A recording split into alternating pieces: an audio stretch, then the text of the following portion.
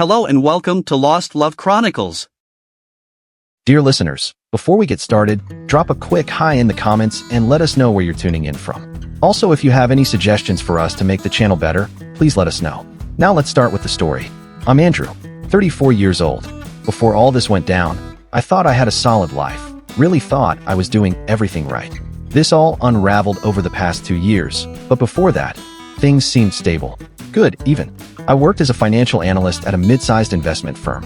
Nothing flashy or headline-worthy, but I busted my ass to get there. See, I come from a blue-collar family. My dad worked the railroad for 35 years. Long hours, calloused hands, steel-toed boots worn down to the sole. My mom waited tables at the same roadside diner for most of my childhood. They didn't have much, but they scraped together enough to help me through community college.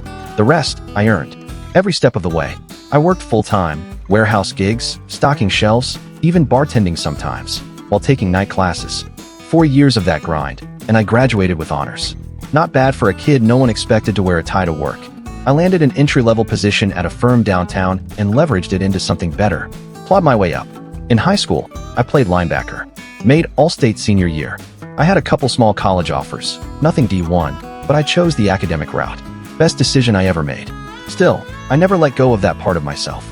The training, the structure, the discipline. Even after school, I kept hitting the gym 5-6 days a week. Not to post about it or show off. I'm not one of those guys flexing shirtless in the mirror, thirst trapping on Instagram. It was for me. My therapy. My routine. At my peak, I was sitting at 215 pounds, 6 feet 1 inch, around 12% body fat. Not a bodybuilder, but strong. I could bench 280. Deadlift heavy. I liked how that felt. Natalie, my wife, never really got that. She didn't say much at first, but over time, the little comments started slipping out. Why do you need to be there so early? She'd mumble from under the covers when I'd get up at 5 a.m., trying not to wake her. The weights aren't going anywhere. I'd just lean down, kiss her forehead, and say softly, "Go back to sleep, Nat. I'll be back before you even wake up." Looking back now, that should have been a sign. She never tried to understand the things that mattered to me. Not really. We met at a friend's barbecue 6 years ago. One of those Saturday afternoon things with paper plates and too much beer. I saw her across the yard, standing near the cooler, laughing with someone I didn't know. Blonde, fit, perfect smile. She had this effortless confidence, like the world bent slightly to accommodate her. Honestly, she was way out of my league. I almost didn't walk over. Almost. But then she caught me looking. Smiled. That kind of smile that made it impossible not to try. "Hey," I said, stepping up beside her. "Mind if I cut in on this beer monopoly?" She tilted her head. "That depends. Are you one of those guys who thinks IPAs are a personality trait?" I laughed. "Only on Wednesdays." We hit it off. She worked in marketing for a luxury brand, high-end watches or handbags or something like that. She always looked sharp, impeccably dressed, every hair in place. She knew how to talk to people, how to own a room. She was the kind of woman who makes heads turn when she walks into a room. I fell hard for her. No hesitation. Proposed after a year. I thought I was the luckiest guy alive when she said yes. Our wedding? Pinterest perfect. We had the whole vineyard set up, sunset vows, 150 guests sipping craft cocktails. She wore this designer dress that probably cost more than my first car. Strapless, silk, imported lace. She looked stunning, of course, like something out of a bridal magazine. During the reception, my dad pulled me aside. He was a few drinks in, slurring just enough to know he meant what he said, even if he didn't mean to say it out loud. "Son, you sure about this one?" he asked, squinting past his glass of bourbon. "She seems a little high maintenance." I laughed, just brushed it off. "Come on, Dad. It's the wedding. She's allowed to be a little extra today." He grunted, didn't press it. But I still remember the way he looked at me. Not angry, not even judgmental. Just unsure. Like he saw something I didn't. Back then, I told myself he was just being old school. He didn't get modern women, strong women, confident women. That was what I told myself. But looking back now, man, the red flags were waving like crazy. I just refused to see them. She got irritated whenever I brought up budgeting. Always rolled her eyes like I was being a buzzkill. I'd be there trying to talk about our future, planning for a down payment, or saving more for retirement, and she'd say something like, "God, Andrew, can we not talk about spreadsheets for once?" And she'd subtly dig at my family, never directly, but enough to sting. Like when we'd visit for Sunday dinner, and she'd whisper, "Your mom still uses boxed mashed potatoes? That's cute." She never showed any interest in what I did. I'd come home drained, talking about the stress at work, markets tanking, client pressure, and she'd glaze over instantly. "That sucks," she'd say, barely looking up from her phone. Anyway, guess what Hannah said at the meeting today? You won't believe it. So I'd sit there, nodding along as she unloaded every petty office drama while mine sat bottled inside. But we had the house. The picture-perfect suburban home with the open-concept kitchen she had to renovate the moment we moved in. White quartz countertops, farmhouse sink, gold hardware, stuff I didn't know existed before she showed me 100 mood boards. And we took those winter trips to Cabo. She'd spend hours getting the right beach shots for Instagram, always turning our vacation into a photo shoot while I just wanted to sip a beer and feel the sun. Her feed was full of us, laughing on a balcony, clinking glasses at sunset, walking hand in hand on the beach. Carefully staged, filtered, cropped. Smiles dialed up just right. Funny how none of those pictures showed her face when I'd tell her I was too tired to go out with her friends after a 12-hour day. And despite all of that, I honestly thought we were solid. Yeah, the bedroom stuff had cooled down. Yeah, she was more interested in her phone than me most nights. But I figured that was just marriage. Happens to everyone, right? We still had date nights, though she always chose the restaurant. We still said I love you, though it was usually me saying it first. We still talked about the future, though her version always seemed to include me climbing the ladder, making more money, affording more stuff. God, I was such an idiot. Here's where everything goes to hell. It all started during busy season at work.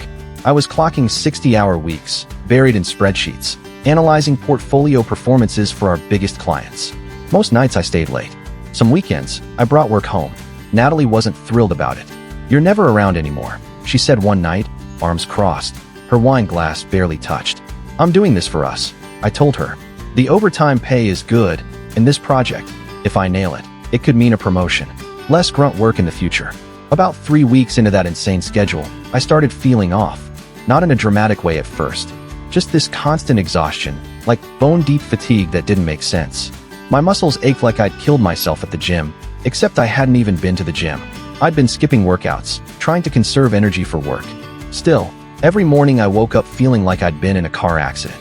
I had this persistent headache that just wouldn't quit, dull, pounding, like my brain was pressing against my skull. Advil didn't touch it. And then the chill started. Randomly, in the middle of the afternoon. I'd be sitting at my desk with the sun shining outside, and suddenly I'd be freezing, like someone had flipped a switch inside me. One night, while we were both in the living room, me curled up under a throw blanket, her scrolling on her phone, I finally said something. "Think I should see a doctor," I muttered, rubbing my temples. "This doesn't feel like just a cold." She didn't even look up, just tapped something on her screen and said flatly, "You're always looking for excuses to skip date night with my friends." What? No, Natalie, I've been feeling like crap for days. Then take some Advil and man up. Maybe if you weren't dragging yourself to the gym every morning, you wouldn't be so tired. That was classic Natalie. Everything somehow became about her. And even when she was pretending to offer advice, it came with a side of criticism. I didn't respond. Just sat there feeling small. Weak. Still, I pushed through another week. Tried to stick to some kind of routine, but I could barely finish half a workout without feeling like I was going to black out. My body just wasn't cooperating. One morning, I nearly dropped a dumbbell on my foot. That's when I stopped going altogether. At work, people started noticing. I'd be sweating through my shirt at my desk, in an air-conditioned office.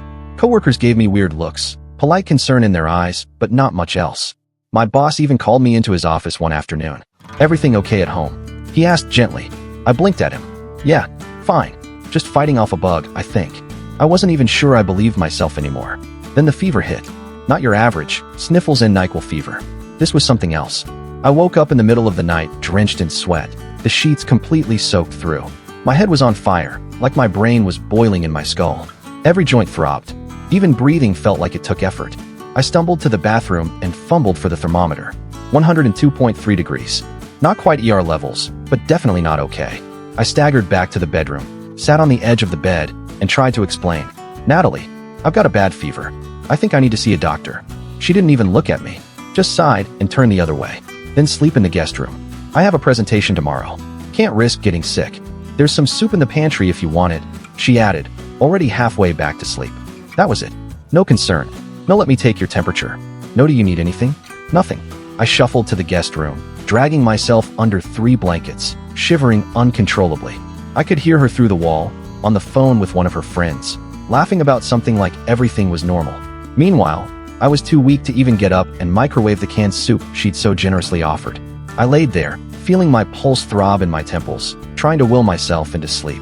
The next morning, I called my doctor's office. The receptionist was sympathetic but firm. Earliest we can get you in is next week, she said. If you get worse, we recommend urgent care or the ER. I told myself I could tough it out. Just a couple more days. The weekend was coming. Big mistake. At around 3 a.m. on Sunday, I woke up and I couldn't move my right side properly. My arm felt heavy, almost numb, and my leg, it wasn't responding right. I shifted under the blankets, and the room tilted like I was on a boat mid-storm. My heart was pounding so hard I could feel it in my teeth. I tried to stand up, thinking maybe I just needed to use the bathroom or splash water on my face. I didn't even make it halfway. I collapsed, crashing into the nightstand and knocking it over. The lamp shattered. My phone hit the floor and skidded under the dresser. I hit the ground hard. Knee, shoulder, cheek, all in one messy thud. The noise must have woken Natalie. She appeared in the doorway, leaning against it, arms crossed, her silhouette backlit by the hallway light. She didn't rush over, didn't ask if I was okay, just stood there like I'd spilled a drink at her party. "Seriously, Andrew? It's the middle of the night," she said, voice flat, more annoyed than concerned. I was on the floor, trying to push myself upright, but barely able to lift my head. My mouth wouldn't form words right, like half of it wasn't working. I think something's really wrong," I managed to slur. "I can't feel my arm. The room's spinning." She rolled her eyes, and let out this theatrical sigh, like I'd asked her for something ridiculous. "I'm not your mother, Andrew. Handle it yourself. I've got that client meeting at 9, and I need my sleep." And with that, she turned and walked away, closed the door behind her. I lay there, stunned, not just from whatever was happening to my body, but from her complete absence. 15 minutes, maybe more, I lay there on the floor, trying to will my body to cooperate. My right arm hung uselessly at my side, and my leg felt like it didn't belong to me. Eventually, using mostly my left side, I dragged myself back to the bed, crawled across the mattress, reached for my phone. I couldn't focus enough to use the touchscreen. It was a blur of icons and pain. So I used voice commands, slurring out, "Call Xavier." Xavier's my older brother. Lives across town. 30 minutes away on a good day. But he made it in 20. I'll never forget the look on his face when he came into that room. Eyes wide, mouth half open like he was trying to keep it together. "Jesus Christ, Andrew," he said, crouching down, helping me sit up. "Why didn't you call an ambulance?" I mumbled something about insurance, about not wanting to overreact, about how I didn't want to wake the whole neighborhood with sirens. Xavier didn't waste time arguing. He just grabbed my sneakers, slid one onto my foot, and wrapped an arm around me. I couldn't walk straight. My leg was dragging, and it took almost all his strength to half carry me down the stairs. Natalie didn't even come out of the bedroom. Not a word, not a glance, nothing. Xavier left a note on the kitchen counter. "Taking Andrew to Memorial ER," it said. That was it. Short and direct, like a timestamp on how far gone things were. The ER was chaos. Saturday night bleeding into Sunday morning. That's when all the worst shows up. Drunks, bar fights, car wrecks, people screaming, people passed out. But the second the triage nurse saw me, sweating through my clothes, listing to one side, barely upright, she called for a wheelchair. No clipboard. No wait. They roll me back fast. Machines beeping. Lights too bright. My fever had spiked to 105. My blood pressure had tanked, dangerously low. By this point, I could barely stay conscious. Things moved fast after that. I barely remember chunks of it. Blurry lights, voices layered over each other like static. People in scrubs hooking up 4 lines, drawing blood, adjusting monitors. The ER room felt like it was shrinking and pulsing with my heartbeat. I was too far gone to answer their questions, so Xavier handled it all. Rattled off what he knew of my medical history, which wasn't much, just allergies, no major conditions. I caught words here and there, but they didn't make sense until one of the doctors said it clearly enough for me to hear. Septic shock. That one landed hard. I'd heard it before. It was serious. Life-threatening serious. Someone else mentioned kidney distress. Then they were calling in a neurologist to check my right side weakness. I faded in and out, but I remember Xavier pulling out his phone, pacing near the foot of my bed. He was calling Natalie.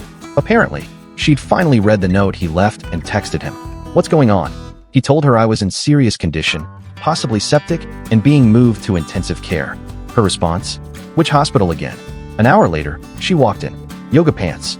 Full face of makeup. Hair done.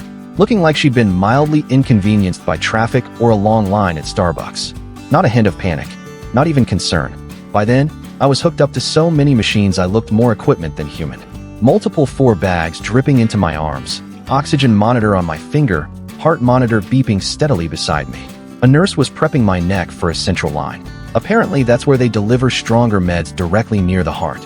Natalie stood at the foot of the bed, arms crossed, not even making eye contact. "You couldn't have picked a worse time for this," she muttered. I turned my head toward her, slow and heavy. Was she joking?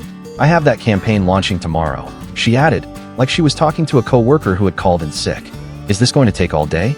Should I cancel my afternoon appointments?" The nurse, Patricia, according to her badge, froze for half a second. Then she turned to Natalie with this look. Not angry, just baffled. Like she'd heard something so wildly out of place it took her a second to process it. "Ma'am," she said, calm but firm, "your husband is critically ill. His infection has gone septic, which means it's in his bloodstream. He's going to be here for a while." Natalie's expression didn't change much. She gave this tiny shrug, like she'd just been told her Uber was going to be late. Then she sighed and sat in the visitor's chair in the corner of the ICU room. She pulled out her phone, scrolled Instagram, didn't ask questions, didn't lean over to squeeze my hand, didn't look up while the doctors explained that I had a severe bacterial infection that had gone systemic. I was literally fighting for my life, burning up from the inside out, body failing. And Natalie was out there tapping hearts on beach selfies and leaving fire emojis on her friend's new haircut. Like I was just inconvenient. "I have to go," she finally said, standing up and slinging her purse over her shoulder. She didn't come closer, didn't even glance at the monitors or acknowledge how many tubes I was connected to. "I'll check in tomorrow," she added, already halfway to the door. "Try not to be so dramatic with the doctors. They're busy people." And then she left. Xavier waited until the door clicked shut behind her before speaking. "Are you kidding me?" he snapped, voice low but vibrating with anger. "You could die and she's worried about a marketing campaign?" I couldn't even respond. My brain was foggy, like someone had stuffed it with wet cotton. I just remember watching the monitors flash red and yellow, the beeps speeding up and slowing down like a broken metronome. The infection was wrecking me. They said later that my organs were teetering on the edge, kidneys especially, and that my lactate levels were sky high. That basically means your tissues aren't getting enough oxygen, and your body starts to break down. It's a measure of how close you are to crashing. I drifted in and out of consciousness for the next 2 days. Xavier stayed, as much as they'd let him. He took notes, asked questions, stood in the hall talking to specialists when I couldn't keep my eyes open. He called our parents, 3 states away, and filled them in while trying not to panic them. Natalie? She came once. 15 minutes. I remember her walking in, setting her bag on the chair, and immediately launching into a complaint about the parking situation. "It's ridiculous. I had to circle the lot 3 times, she said, like she was talking about bad service at a restaurant. Then it was the nurses.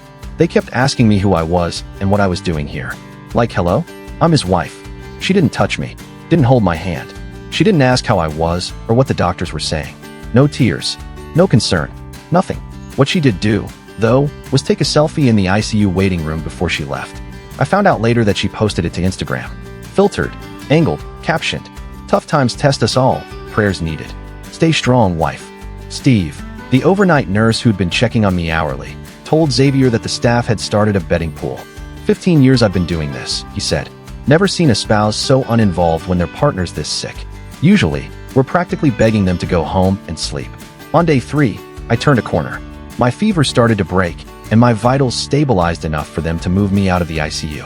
I was still in rough shape, but the danger of me dying in the next few hours had passed. Xavier texted Natalie to let her know the news. Her response? "Great. So he'll be home soon. No visit that day. Just a text. Swamped at work, but we'll try to swing by tomorrow." My parents got there that evening, after driving 14 straight hours through the night, barely stopping except for gas. My mom burst into tears the second she saw me. She gripped my hand like I might slip away if she let go. Dad stood stiff beside her, trying to keep it together, nodding like he believed the machine's beeping meant I'd be okay. But after a minute or two, he had to step out of the room. I could hear him in the hallway trying to keep from losing it. "Where's Natalie?" my mom asked, gently brushing my hair back from my forehead like I was a little kid again. Xavier just shook his head. They didn't ask again. The next day, the infectious disease specialist came in and finally gave us some answers. I was sitting up, barely, with 3 pillows propping me and a fog still hanging over everything. But I remember the look on his face, somewhere between impressed and concerned. "You had a rare complication from strep," he said. "Yes, regular strep throat. It likely started as a minor infection, probably didn't even seem serious at first, but the bacteria entered your bloodstream and triggered a condition called necrotizing fasciitis." I blinked at him, unsure if I'd heard right. "Flesh eating?" He nodded grimly.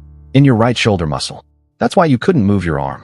If your brother hadn't gotten you here when he did, we'd be having a very different conversation. You would have likely lost the arm. Or your life." The words didn't fully sink in. My body was too drained to panic. I just nodded slowly while my mom covered her mouth and Xavier quietly swore under his breath. They said I needed immediate surgery to remove the infected tissue. Because I was still drifting in and out of full consciousness, they asked for my next of kin to sign the consent forms. Xavier explained, his wife, she's unavailable right now. The surgeon just stared at him, then turned to my parents. The look on his face said everything. Disbelief, confusion, maybe even a little disgust. My mom signed the paperwork with trembling hands. The surgery lasted 3 hours. They removed a big section of muscle from my right shoulder, but they saved the arm. The doctor said with enough physical therapy, I should regain full function. I wouldn't be disabled, just scarred. It was a win by all accounts. When I came to in recovery, the lights were dim and the room was spinning slightly. But Xavier was there. So were Mom and Dad. They looked exhausted but relieved. Their eyes were red from crying, but they smiled when they saw me awake. No, Natalie. She sent flowers the next day.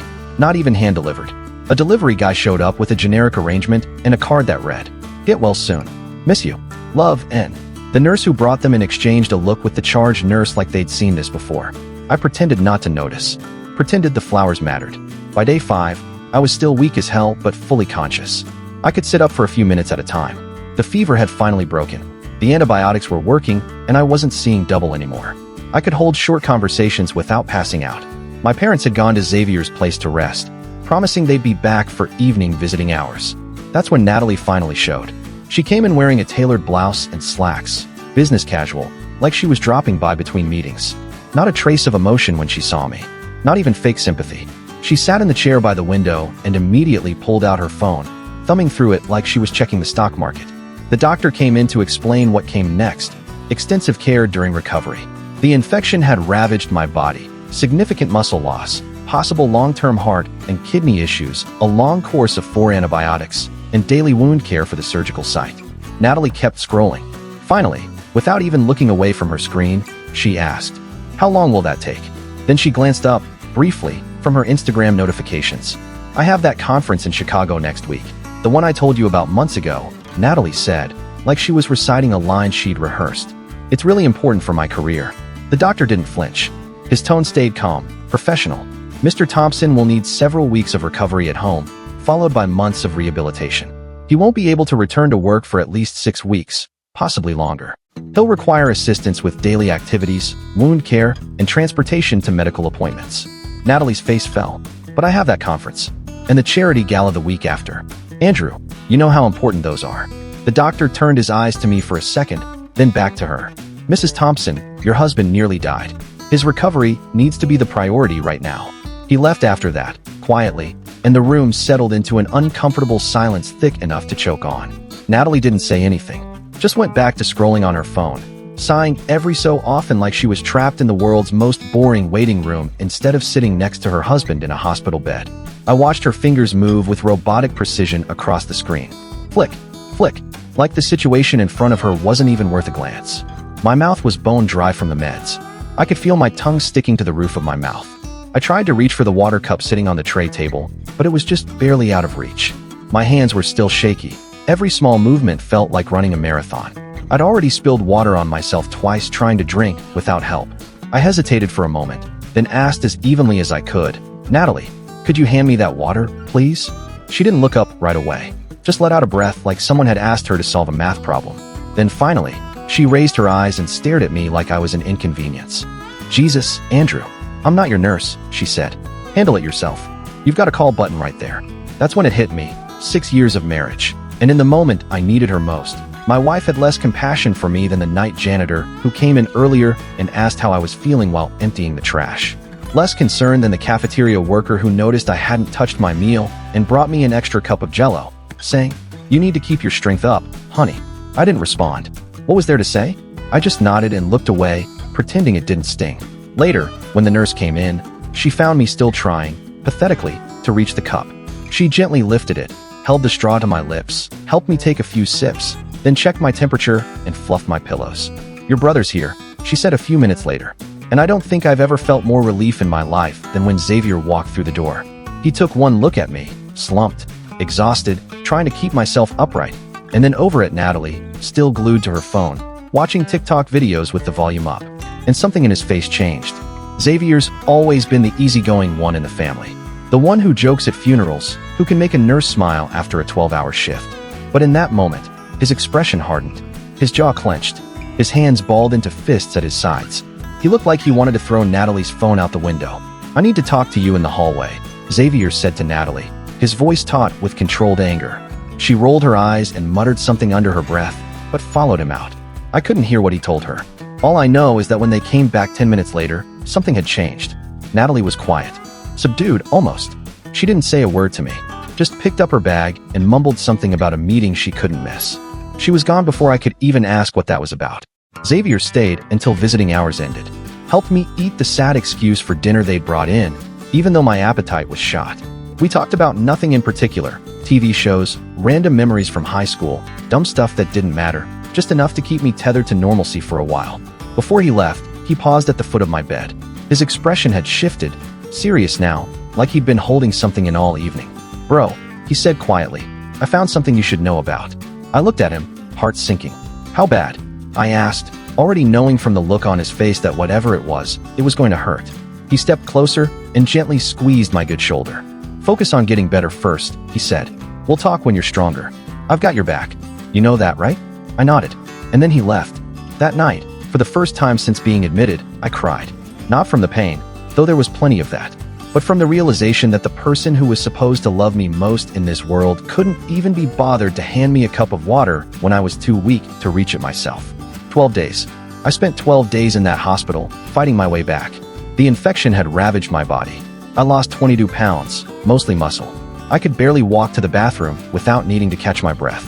My arms trembled trying to hold a fork. The mirror showed a stranger, pale, gaunt, sunken-eyed. Marcus, my physical therapist, started coming by on day 6. Big guy, buzz cut, no-nonsense attitude. "This is going to be hard. Andrew," he said bluntly. "You were in great shape before, which probably saved your life. But you've got a mountain to climb to get back there." We started small, embarrassingly small, just lifting my arm, squeezing a stress ball, standing up from the bed without getting dizzy. Every task felt like a battle, and even the tiniest victories left me exhausted. But Marcus had this way of pushing without breaking me. "Your body's been through war," he told me one morning, adjusting the strap on my sling. "We need to respect that while challenging it to rebuild." Xavier came by every day, never missed. Sometimes he brought coffee, sometimes just himself. My parents, too, had flown in and were staying at his place, coming to the hospital daily.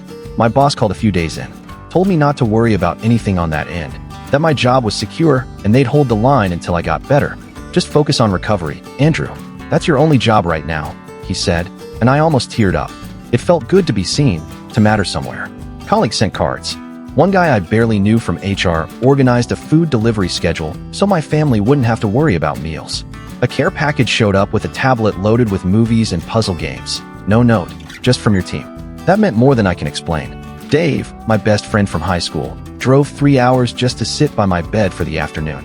He brought beef jerky, a bag of Skittles, and a terrible joke about hospital gowns.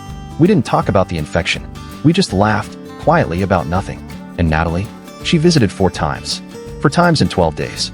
Her husband almost died, and she could only be bothered to show up 4 times. Each visit was shorter, more impatient. She acted like I was doing this to her. She did bring me clean clothes once, but just stuffed in a plastic grocery bag. Not folded, wrinkled as hell, like an afterthought. Like I should be grateful she even did that much. The last time she came, she stayed for 20 minutes, most of which she spent complaining. "I had to cancel my hair appointment because your mom asked me to pick up those bandage things," she said, her fingers tapping through Instagram without looking up. "I mean, seriously, I don't understand why she couldn't just order them online. It's not like I don't have my own life to deal with." I didn't respond. I didn't have the energy. I just focused on the stress ball in my hand, doing the grip reps Marcus had taught me. My shoulder ached, but I welcomed the distraction. The day before my discharge, Xavier pulled a chair up beside my bed. He looked tired, real tired, like he hadn't slept much. He waited until the nurse left the room before speaking. "I need to tell you something," he said. I sat up a bit straighter. I already knew this was going to be bad. The look on his face gave it away. He rubbed the back of his neck and glanced at the floor. "I went to your place to grab more clothes and I used Natalie's laptop to print out your insurance forms. Couldn't find yours." I nodded slowly, unsure where this was going. While I was printing, a message popped up. He hesitated. It said, "Can't wait for tonight. He still doesn't suspect anything. Bring that lingerie I like." I blinked, but didn't say anything. He continued, It was from Jason, her trainer. Of course it was. Jason. Tribal tattoos, permanent tank top tan lines, protein shakes in both hands. The guy who grunted like he was lifting a truck every time he bench pressed. Natalie had started training with him 8 months ago. Said she wanted to tone up. Xavier's jaw tightened. I dug deeper. He pulled out his phone and opened the photo gallery. She didn't even delete the stuff. Hundreds of messages, man. Pictures. Hotel receipts. Straight up pornographic texts about what they were doing. Where? When? He looked away for a second, swallowing. Some of them were in your house. In your bed. My stomach twisted, but I stayed silent. I don't even think I had it in me to feel shocked anymore. Just cold. Empty. There's more, Xavier said. Softer now, like he was trying to cushion the fall. In some of the messages, she talks about you. He met my eyes. Says you're weak. Too emotional. That you're not man enough for her. That she needs a real man who doesn't bore her with talk about retirement accounts and budgets. He held up his phone and showed me the screenshots. I didn't even have to zoom in. I recognized her typing. Her tone. Her sarcasm. There it was, plain as daylight. Natalie, my wife, the woman I nearly died still thinking about, joking with her lover about how I'd gotten soft and boring since we got married. She said she settled for financial stability, but needed excitement elsewhere. That line hit harder than anything else. Not the photos. Not the messages. Not even the fact that they'd been using our bed. No, it was that sentence. Her truth laid out with the kind of brutal clarity you only use when you think the other person will never read it. She didn't marry me for love. She married me because I was safe, predictable, steady. And then she went looking for chaos to feel alive. But the worst part? The most recent messages were from when I was in the ICU. While I was literally fighting for my life. Half conscious, hooked up to machines, they were making plans. Jason had written, "Sorry to hear about Andrew, but since he's in the hospital, does that mean you're free tonight?" Her response, "Definitely. Xavier's staying there playing the protective brother, so the house is empty. Bring wine." I didn't react at first. Didn't yell. Didn't cry. I just sat there. Like a switch flipped. "I knew you needed to know," Xavier said, sliding his phone back into his pocket. "But I wanted to wait until you were stronger." He looked exhausted. Angry. Protective. The kind of brother who'd take a bullet for you. Then go find whoever pulled the trigger and make sure they didn't get a second chance. "There's more at home," he added. I took pictures of everything before she could delete it. I nodded slowly. I wasn't angry. Not yet. That would come later. Fury like lava just beneath the surface. But in that moment, all I felt was clarity. Cold, pure clarity. Like someone had finally cleaned the window I'd been staring through for years. The puzzle of my marriage came into focus, every jagged piece snapping into place. 6 years. 6 years of making excuses for her. Of convincing myself her distance was just her personality. That I needed to be more understanding, more patient. That her lack of interest in my work, my family, my goddamn life was somehow normal. It wasn't. None of it was. "I need your help," I said quietly. "I'm not going back to that house." Xavier didn't hesitate. "I've already got it covered. Mom and Dad are with me on this. We've got you." Later that night, while the nurse was checking my vitals, she paused and looked at the monitor. "Your blood pressure's up," she said gently. "You feeling okay?" I gave a humorless chuckle. "Just found out my wife's been cheating on me." She froze for a second, then placed her hand over mine. "Oh honey," she said, shaking her head. "While you've been in here, that's not a wife. That's a placeholder till the right woman comes along." I didn't say anything back, just squeezed her hand and looked away. The plan came together fast. Natalie thought I was being discharged the next day. She probably had another spa appointment or marketing pitch circled in her planner. But the doctors actually wanted me to stay one more night for observation. That gave us a 24-hour window to move. Xavier called Steve, our old buddy from high school. We played football together, and he'd gone on to become a hell of a divorce attorney. The kind of guy who didn't blink twice before wading into the legal trenches. Steve showed up at the hospital that night with a folder tucked under one arm and a laptop bag slung over his shoulder. He didn't waste time with small talk. "Got everything ready," he said, dropping into the chair beside my bed. "Power of attorney so Xavier can act on your behalf while you recover. Authorization for the bank to secure your personal accounts. And this," he tapped the folder, "is the start of the divorce paperwork. Preliminary stuff, but solid enough to get the ball rolling." He leaned in, voice low but steady. "Don't confront her yet, Andrew," he said. "Not until you're stronger and have everything in order. She's shown you who she is. Believe her." That's what Steve said before he left that night. I signed everything, my hand still trembling from the nerve damage and weakness, but the signature came out clean enough. Good enough for the courts, good enough for me. Steve promised to file first thing in the morning. "Andrew," he said, pausing in the doorway, "I've seen a lot of divorce cases in my time. But this is cold, man. You deserve better." I didn't reply, just nodded, my throat tight. The next morning, while Natalie was supposedly at work, though, according to her phone location, she was at Jason's apartment, Xavier, along with our cousins Tim and Eric, went to the house. They didn't trash the place, didn't take anything that wasn't mine. We weren't here for revenge, just clean extraction. They took what was undeniably mine, my clothes, personal items, my grandfather's watch collection that I'd inherited and treasured, the stuff that mattered, my diplomas, awards, all my important documents. Nothing that could be disputed. Xavier had already rented a small ground floor apartment just a block from his house. Easy access. First floor. No stairs. An accessible bathroom with a walk-in shower, which made everything safer for someone like me who was still recovering. Mom came over right away and stocked the kitchen with all the right stuff: lean proteins, fruits, vegetables, vitamin supplements, foods to rebuild strength. Dad set up the bedroom with an adjustable hospital-grade bed. Said he'd found it at a medical supply place on short notice, better for my shoulder and easier to get in and out of. Tim, who works in IT, made sure the place had a strong internet connection and set up a new laptop for when I was ready to start working remotely again. No pressure, just the tools waiting when I needed them. Eric installed grab bars in the bathroom and even added non-slip flooring. "You fall once, and I'll never hear the end of it from Aunt Laura," he joked, trying to lighten the mood. Everything was done with care. Thought. Love. When Natalie found out I'd been discharged to Xavier's instead of coming home, she was pissed. Not worried. Not concerned. Just angry. She called immediately, her tone sharp. "Why would you do that without telling me?" She snapped. "I'm your wife. I had everything ready for you here." Lie. Xavier had already told me what he saw at the house. My side of the closet was packed with her yoga gear. The guest room, where I'd been staying before landing in the hospital, still had the same dirty sheets on the bed. The fridge had 3 bottles of wine, half-eaten takeout containers, and 1 open yogurt. That was it. Nothing resembling a recovery setup. No meds, no groceries, no signs that anyone had even cleaned, let alone prepared for a post-op patient who'd nearly died. I kept it simple. I texted her back. "I need time to get stronger. Staying with Xavier for now." Her response came within seconds. "Is your family turning you against me? Not are you okay? Not what do you need?" Just immediate blame. Accusation.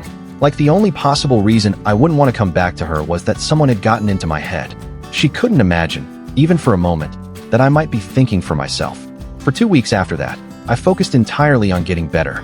Physical therapy every morning. Protein-heavy meals to start regaining lost muscle. Short walks, first to the end of the block, then a bit farther each day. I rested when I needed to. Took every medication exactly as prescribed. I did everything Marcus told me, even when it hurt. Especially when it hurt. Natalie and I didn't talk. No phone calls. No visits. Just silence, broken only by the occasional short, factual text. Picking up prescriptions today. Doctor's appointment rescheduled to Tuesday. Insurance paperwork came in. Nothing else. No warmth. No real questions. No apologies. Just cold, brief factual texts. She swung between anger and manipulation like a pendulum gone wild. One moment, she was furious. "You're being ridiculous. Just come home," she'd snap. The next, her voice softened, dripping with fake concern. "I've been so worried about you. Don't you care how this affects me? People are asking questions." I saw the post she put up on social media, the prayers for my husband's continued recovery, the blessed wife life hashtags. Her Instagram told a story that didn't match reality at all. While I was relearning how to do basic tasks, holding a fork steady, walking without dizziness, she was busy posting about holding down the fort and taking care of everything while my man recovers. In truth, she hadn't even asked what medications I was on. Meanwhile, Xavier had hired a private investigator. The PI documented multiple rendezvous between Natalie and Jason. But that wasn't all. There was a second guy, a partner at her marketing firm. Apparently, I wasn't man enough for her, so she needed 2 replacements. Steve was busy building a rock-solid divorce case. In our state, adultery alone doesn't automatically give you better terms, but abandonment during a medical crisis combined with misuse of marital funds, that was a different story. She'd been buying her boyfriend's gifts with our joint account. By the end of those 2 weeks, I'd made significant progress. I could walk around the block without getting winded. I was lifting light weights with my good arm. The surgical wound was healing well. Most importantly, my mind was clear. The fog of illness and medication had lifted. I could think strategically again. The day I finally felt strong enough, I called her and asked to meet at a coffee shop near Xavier's place. I chose a public location deliberately, both for witnesses, in case she made a scene, and because I didn't trust myself to be alone with her in my apartment. Not because I'd hurt her, but because I wasn't sure I could stay strong if she turned on the waterworks. She showed up looking perfect, as always. Designer jeans, an expensive blouse, hair and makeup flawless. But her eyes widened when she saw me. I was still 15 pounds down from my normal weight, the surgical scar visible just above the collar of my shirt. But I'd started looking healthy again, and more importantly, my eyes were clear. No more brain fog, no more weakness, just clarity and purpose. What is this dramatic exit about? She demanded, sitting down across from me with that sharp edge in her voice. You nearly die and then decide to blow up our marriage? Are you having some kind of breakdown? Her eyes narrowed. Because this behavior is not normal, Andrew. I studied her face. This woman I'd loved for 6 years, the woman I'd planned a future with. The same woman who couldn't be bothered to help me drink water when I was too weak to help myself. The woman who'd slept with another man in our bed while I was fighting for my life in the ICU. Without a word, I slid a folder across the table toward her. Inside were the PI's photos, screenshots of text messages, hotel receipts, credit card statements showing gifts she'd bought for her boyfriends with our joint account. On top was a particularly damning text exchange from the day I'd gone into septic shock, her complaining to Jason that my neediness was interfering with their plans. Her face went white as she flipped through the evidence. I sat silently, letting her see it all, the secret credit card she'd opened in my name, the hotel charges, the texts mocking me, calling me weak, boring, not man enough. The conversations planning their meetups while I was hospitalized. I know everything, I said calmly when she finally looked up. I filed for divorce. You'll be served tomorrow. Your stuff will be packed and moved to storage by the end of the week. The house is going on the market. Her face went through a fascinating series of expressions: shock, anger, calculation, and then, suddenly, an attempt at seduction. She reached for my hand across the table. Andrew, baby, I made a mistake. I was stressed and scared with you being so sick. It didn't mean anything. We can work through this. Maybe see a counselor. I pulled my hand away. You slept with another man in our bed while I was in the ICU with organ failure, I said quietly but firmly. Then you slept with your boss while complaining to your friends that I was milking my illness for attention. There's no working through that. She switched tactics instantly. Her eyes hardened. You've been so distant, always at work or the gym. What was I supposed to do? You barely touched me for months. And then you get sick and expect me to be Florence Nightingale? I'm not built for that. You're right, I said, standing up. You're not built for it. That's why I'm leaving. The man she thought was too weak to leave her just did. I walked out, leaving her sitting there with the folder of evidence. Xavier was waiting in the car outside. How'd it go? I asked Xavier when I saw him that first night after the confrontation.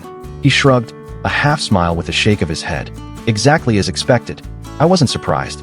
Natalie tried every angle. Excuses, seduction, blame shifting. Classic Natalie playbook. That night, the texts started flooding in. First pleading, then angry, then threatening. You can't do this to me, one message read. I made one mistake. I didn't respond. There was nothing left to say. The divorce was ugly, just as I'd anticipated. Natalie threw everything at me, claiming I was mentally unstable from the sepsis, that I'd been emotionally abusive, that I'd abandoned her. But the judge wasn't impressed. When we submitted the hospital security footage showing her scrolling through Instagram while doctors explained my critical condition, it was a turning point. Then came the texts between her and her boyfriends, openly discussing my weakness while I was hospitalized. That was the final nail in the coffin. The judge awarded me the majority of our assets, and Natalie got hit with my medical bills. Karma's first delivery.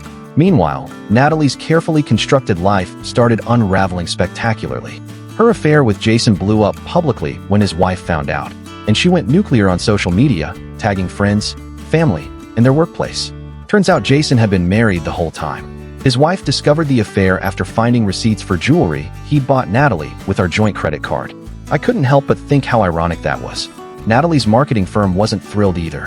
When they uncovered that she'd also been sleeping with one of the partners, she was asked to resign. Gone were the fancy title, the expense account, and the status that came with working at a prestigious agency. Jason dumped her immediately, of course. He begged his wife for forgiveness, claiming Natalie had pursued him aggressively and that he'd made a terrible mistake. The partner at her firm? Already engaged to someone else. When everything blew up, he denied everything, claiming Natalie was unstable, making things up for attention. Typical damage control. I watched it all unfold from a safe distance, neither gloating nor intervening. By then, the divorce was finalized, and I'd moved on with my life. But mutual friends kept me updated on the highlights, and every now and then, I'd catch social media updates from people we both knew. But karma? It wasn't done. About a year after the divorce, Caroline, my new girlfriend, and I were moving into our new house. An upgrade from my post-divorce apartment, with enough room for her home office and my expanding home gym. Then Xavier called. "Dude, you won't believe this," he said, excitement clear in his voice. "Natalie just got fired from her new job." "What? Again?"